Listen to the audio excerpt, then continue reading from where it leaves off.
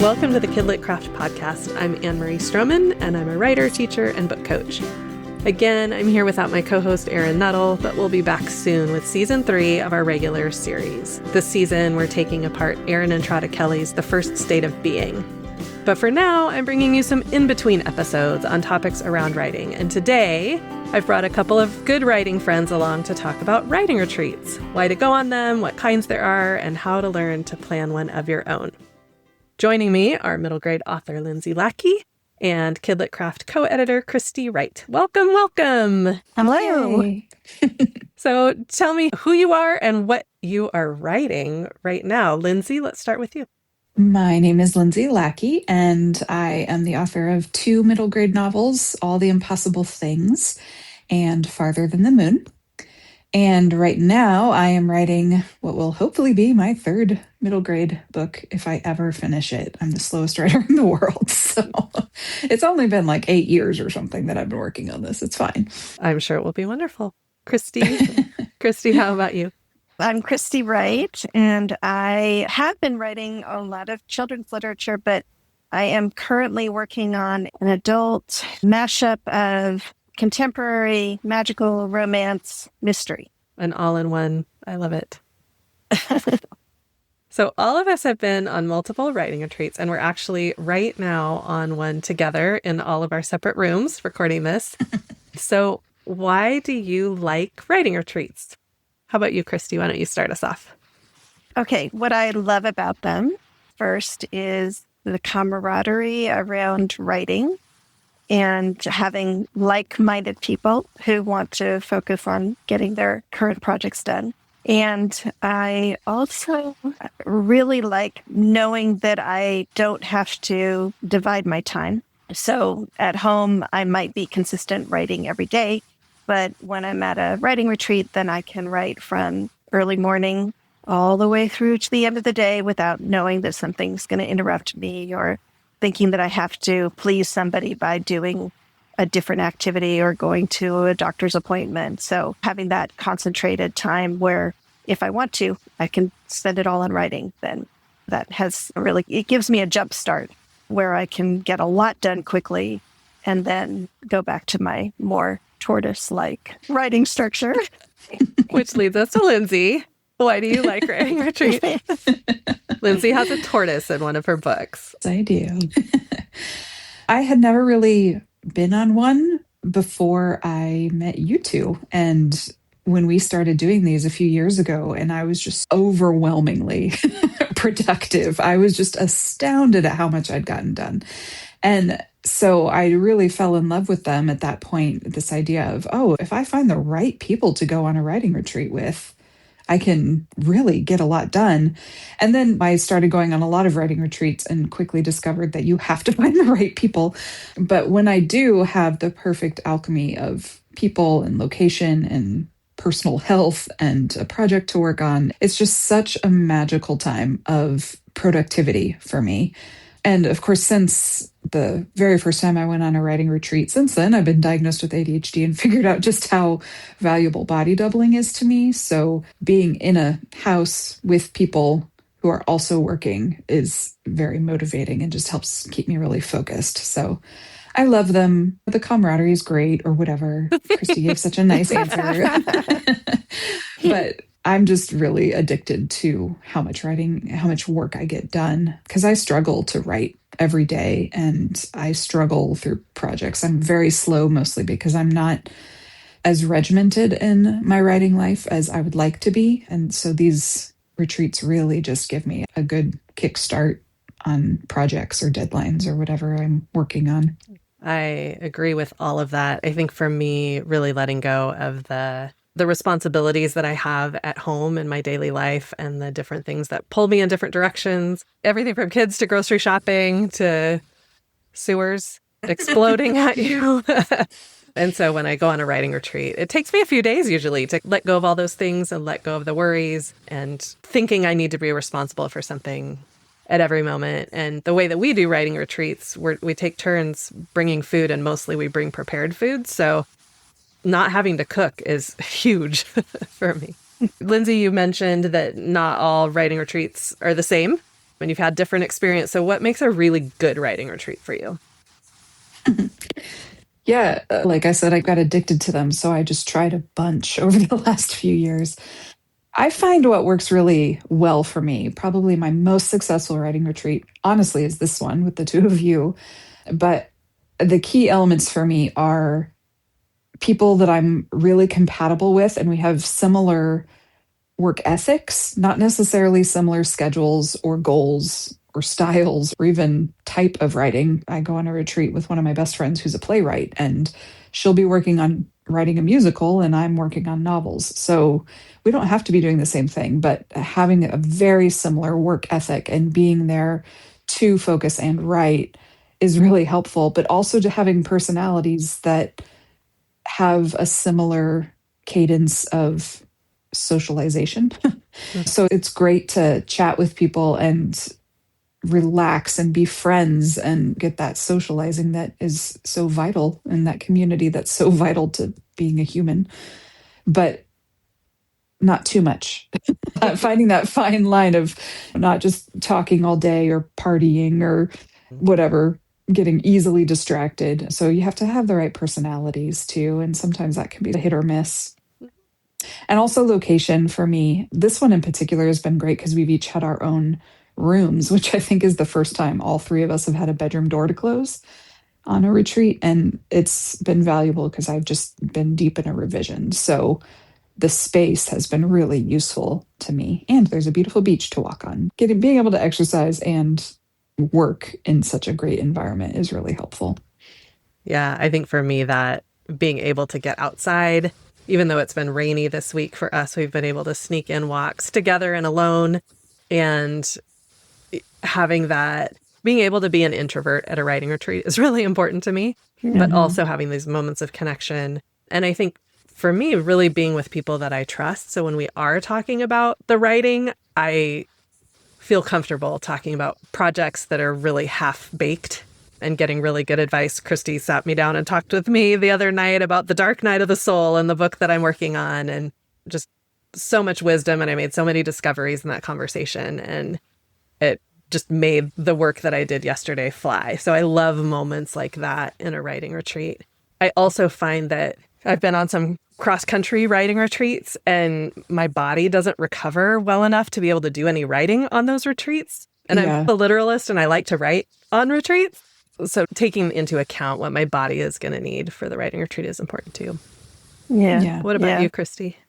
I was thinking about everything that you all have said, and I agree with all of that. And I think the other thing that when I think about like our retreat, there's three of us and we can find our own spaces.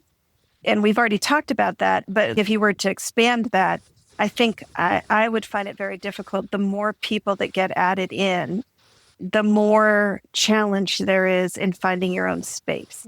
And so I think you really have to have an extraordinary location if you're going to have a larger group, because somehow there has to be enough separate spaces for people to be able to spread out and get some concentrated work done and then come together for those moments that allow them to have discovery like you were talking about, Anne-Marie. And then I 100% agree that if it's not a pretty place to walk, that's going to be a downside for me, because I have to have some exercise. It can be 45 minutes, but as we know, we all did a retreat recently where it wasn't a pretty place to walk. Not pretty.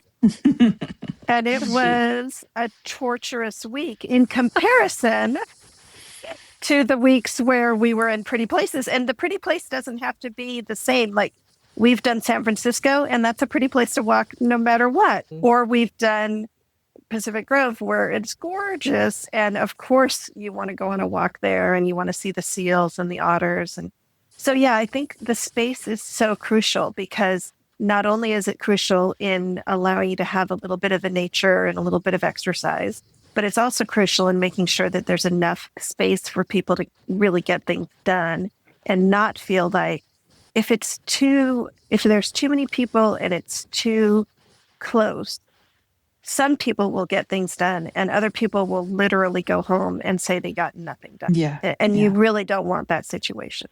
Yeah. So we were talking about this at the table before we recorded about the idea of structured writing retreats versus self-planned writing retreats. And I know, Lindsay, you've been on a number of structured writing retreats. What would you say, like, drawbacks, benefits? Do you have preferences? What do you look for when you're looking at structured writing retreats? I am pretty picky about the structured writing retreats that I'm willing to do now because I prefer a private writing retreat. But I'm pretty introverted, and often structured group things give me rules that I don't want to follow. I don't want to come to breakfast at 8 o'clock and give you my goals for the day. I would rather wake up and lounge in bed till 9 and then get up slow. I always have my own rules that I want to follow in my own rhythm. And so it's a little bit harder in a structured retreat to do that. But I have a few of them that I do really love. And it's just a different mental space going into them. A structured retreat, though I do still see them and use them as a generative time, I don't go in with as lofty of a goal as I do my private retreats. I go in expecting a little bit more socializing, a little bit more craft talk in more of a formal capacity. I often think about, I'm going to have to share something. So sometimes I'll plan out what I'm going to share before the retreat so I'm not anxious about it, and just to have things ready so that I'm not spending all of my energy being nervous about it. So I do like a structured retreat if it's the right group, the right people. For example, I have been several times to the Madeleine L'Engle writing retreat, and Madeleine L'Engle is my favorite author, and her granddaughters are the ones that host the retreat along with a couple of other authors. And it's a really lovely time because the people who are there are all very like-minded. We all love Madeleine L'Engle. We love the idea of a deep spiritual aspect to our writing, but also just true craft talk.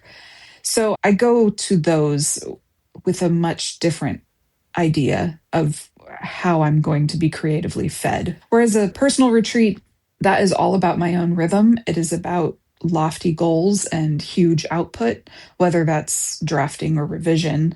I feel like I come to these with much bigger goals, and I have really learned how to pace myself to be able to achieve those goals over the years of what is this, our 6th retreat that we've done together? Something like that. Yeah. Yeah. So I've learned a lot over the years of doing these, but I've also done just entirely by myself retreats too. And body doubling is a very important part of a retreat to me. I do get a lot more done when I'm body doubling. I definitely watched a few episodes of Wheel of Time when I was doing my own retreat by myself, but I was still very productive because I think I have trained my mental muscles on how to do a retreat well because I've learned what works for me in a private retreat. So I do prefer private, but I really enjoy the right structured retreat. Yeah. I'm going on my first generative retreat later this spring, so I can report back on that. But you and I both have done workshop style retreats. I did Tin House. Lindsay, you've done Whale Rock, and those are really more like an MFA residency in a way where you're workshopping a piece and there's a lot of craft, and you may do some generative writing in it, but it's really like a learning space and a community space.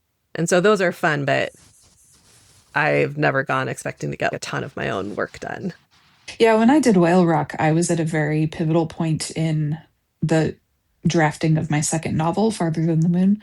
And so it was really helpful because I went in knowing I was going to be having very particular authors who I admired reading this work and giving me critique on it. So I went in really just to work on one scene.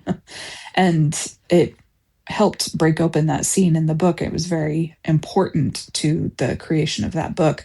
But that week was also a lot of write about this, or here, let's read this article, and then spend 30 minutes writing about it or sharing our thoughts about it or whatever. And that kind of stuff, while I knew what I was getting into, so it was fine for that week, I could not do that in another writing retreat. That kind of stuff drives me crazy. I just want to write my own stuff. I don't want to think about this article. And I was thinking about how I've never signed up for a structured writing retreat. I've gone to conferences, but I've never signed up for a structured writing retreat. And I think one of the things that a person has to realize about themselves is, like, for me, if it's structured, I feel obligated to do all of the structure. And for whatever reason, if it starts at 7 o'clock in the morning, I'm going to be there. I'm going to do the breakfast. I'm going to do their morning ritual. And I think people who can feel more empowered to choose what they are and are not going to do are going to get more done during a structured writing retreat, whereas I'm going to do what they tell me. So I think that's one of the reasons why I don't sign up for them, because I'll sign up for a conference because I want all of the craft, right? But in a structured writing retreat, I might be signing up for something where somebody is going to be making me do more than I want to do, but I don't know how to manage that. However, with that said, it could be amazing. It's just that I appear to have a bit of a fear that I'm going to be overstructured in a writing retreat. Yeah. I feel like our big takeaway is know yourself. Yes. Yeah. Yeah. Just as you're getting to know yourself, you're probably going to go on a few stinkers. I have definitely gone on a few stinker retreats and been like, oh, I'm not going to do that again. And that's okay. Yeah. Yeah. Well, and the one thing that we've seen with ourselves, with the three of us, is that we are on a completely different schedule, each of us. So if we had to somehow bring all of us into one schedule, that probably wouldn't work, because we really like the fact that we're all on different schedules during the day, and it works for us. Yeah. So say our listeners want to plan their own private writing retreats. What are things they should keep in mind, or things that you've discovered in a writing retreat? The thing that comes to mind for me is I have gotten together with some Vermont College of Fine Arts writing for children and young adults friends in New York on occasion. And the way that we do it is we have an hour set aside on different days, and each one of us gets to drive the bus. And so we get to bring whatever we want, whatever advice. It could be query letters, it could be plotting, it could be understanding a character, like whatever we want help from the group, we bring to them. And that has been a really rewarding thing. And it's not something we do on these retreats, but it's something that I've loved, that part of the experience too. So what comes to mind for planning retreats, tricks, things to keep in mind? For me, I would say this was strangely one of the hardest lessons for me to learn, but I think it's been the most crucial, is self-grace and just self-compassion. And the two of you have really had a big role in helping me embrace that for myself, because I've been on, let's say this is our 6th retreat, probably half the retreats that I've been on with the two of you, there's been something major going on in my life. I've had a bulging disc in my neck and not been able to move. I've been getting over the flu. I feel like I've had these times where my body is just not functioning in a way that allows me to do my best work. And I can spend a lot of time beating myself up about the fact that I need 10 hours of sleep on these retreats or whatever it is, or I'm sick or whatever. And you two have really helped me be more nurturing to myself and understand that my body is my tool, and I can't do my work if I'm not taking care of myself. And so having just that personal self-compassion, I think, is maybe one of the most important things I take with me on retreats now. And I'm not always great at it, but I am getting a lot better. I'm not sure. I have a feeling I'm not the right person to ask this, because I just am self-directed, that I just need a space. And then I'll just be happy as a clam. And then I like to have little sort of natural moments where people are either all getting a meal.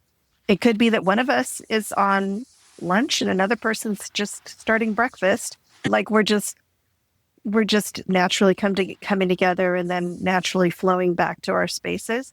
So I don't need a lot of structure, but I don't mind when there's a moment where we get a chance to talk about somebody's work or Yeah, I'm the least structured of writing retreats.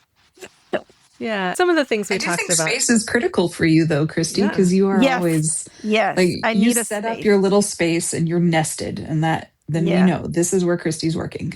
And you have your pillow and your Yeah, and it's hard for me to work on. You guys are pretty good about being able to work on like in a bedroom, or I need a table. There's a few minor things that I could use, like a chair, a table, a window. Again, know yourself. yeah, exactly. Yeah. And I think things we've talked about, like this is the first one where we've each had our own room. And I think probably in the future we will do that. The one we did in June, I picked a terrible Airbnb and it was like not the same. So being picky about where we're going. I think for me, going far away, we're an hour and a half from home right now. And any closer than that, and I'm tempted to keep up some of the things, my regular routine things. And I really need to be able to separate from that. And so having that distance is really good for me. And I think having a beautiful place to walk is fantastic. We always go out for dinner on our last night, which is a really fun part of the retreats where we can celebrate what we've accomplished. Because even if all we do is a little bit, like we've accomplished something with our work. And this retreat has been very productive for all of us. So we had a lot to celebrate tonight. Yeah. And I think we've learned now that 2 bathrooms is a good idea because we need a backup. It's true. Yeah, so we do like that. That backup bathroom is really important. It has definitely been helpful. Yeah. And I think too, just having a fluidity and flexibility. I think one of the reasons I really love going on retreats with the two of you is I don't feel like you expect anything of me except to be here and do my writing and be a person in the world. Like I don't have to show up at a certain time. I don't have to wear makeup. I shower just to be nice to you guys. But you don't have to. It would be fine. But there, I've been sleeping till 10 this week and nobody's grumbling at me about I don't know, like I feel very free. And so that enables me to put my emotional energy into my work instead of into worrying about social stuff. And so for me, that's a really important part. And I feel so lucky to have you 2 wonderful writing retreat buddies. Aww. We do too. Me too. You're the best. But we have come to our most important question, which is, what is your favorite writing retreat snack? I raised my hand first. Yes. 100% it's the chocolate. Which kind? We've had many kinds of chocolate, and you had some caramels that were really good. Oh, yeah, that's not chocolate. The caramel was opportunistic because it happened to be at the local block away grocery store. But I do need to have some chocolate. And right now I'm just using a Trader Joe's chocolate, but it needs to be dark and it needs to be rich. And that sustains me through the week. For me, I don't know if I have a consistent snack. I go through phases with food where I eat the same thing over and over. My snack this week that I have really enjoyed has been apples. I've been slicing an apple and taking it up to my room and working and munching. I've been enjoying that a lot. But don't get me wrong, like I love the chocolate too. I devoured pretty much an entire thing of chocolate covered raisins. So this week. Yeah. I have to have my coffee. I've been enjoying walking down to Bookworks and getting my oat milk latte decaf and brought a French press so that I could have my coffee. But in terms of food, I really love is it called Simply Mills almond crackers? Mm-hmm. I think I brought 4 boxes and there's half a box left. So that has been one of my favorites. Anything else we should say about writing retreats? I think I'm glad you mentioned coffee at the end. That is a very important part. Having somewhere to walk where you can get yummy coffee might also be in my top 3 needs of a good writing retreat. Yeah. Because it combines the walk and the delicious drink. Yeah. The reward. And I'll just say that replace coffee with chai latte for me. This week it's been dangerous because the place I've gone most often is attached to a bookstore. And while I'm waiting for my Yes. coffee, I keep walking into the bookstore. Very tempting. But I think that's actually part of the writing retreat experience. If you can find a good bookstore, like you can actually consider that to be a retreat element. I did. I remember I did this in San Francisco. We went to the Laurel Village Books Inc. Yeah. And I was like, where would I want my book on the shelf? What book covers look like the kind of book I want to write? And it was really revolutionary for me. You all told me like, duh, of course you want to write that kind of book. But for me, it was a moment of discovery. I feel like there are a lot of moments, at least on our retreats, where two of us are going, duh, and the other one's, oh, look at this thing. This is new. So new. Well, Kristi and Lindsay, thank you so much for talking about writing retreats and being on a writing retreat with me. It's been fabulous. No, thank you for always being the one to organize them. Thank you. Yes. Thank you so much. And listeners, thank you for listening. You can help other people find this podcast by giving us a rating or review on Apple Podcasts or by sending a link to your writing friends. And if you want to support this podcast, you can buy us a coffee at buymeacoffee.com/KidLitCraft. You can find us on social media at KidLitCraft, and you can find loads of resources and craft articles at KidLitCraft.com, where you can also sign up for our monthly-ish newsletter. So thank you for joining us. See you next time.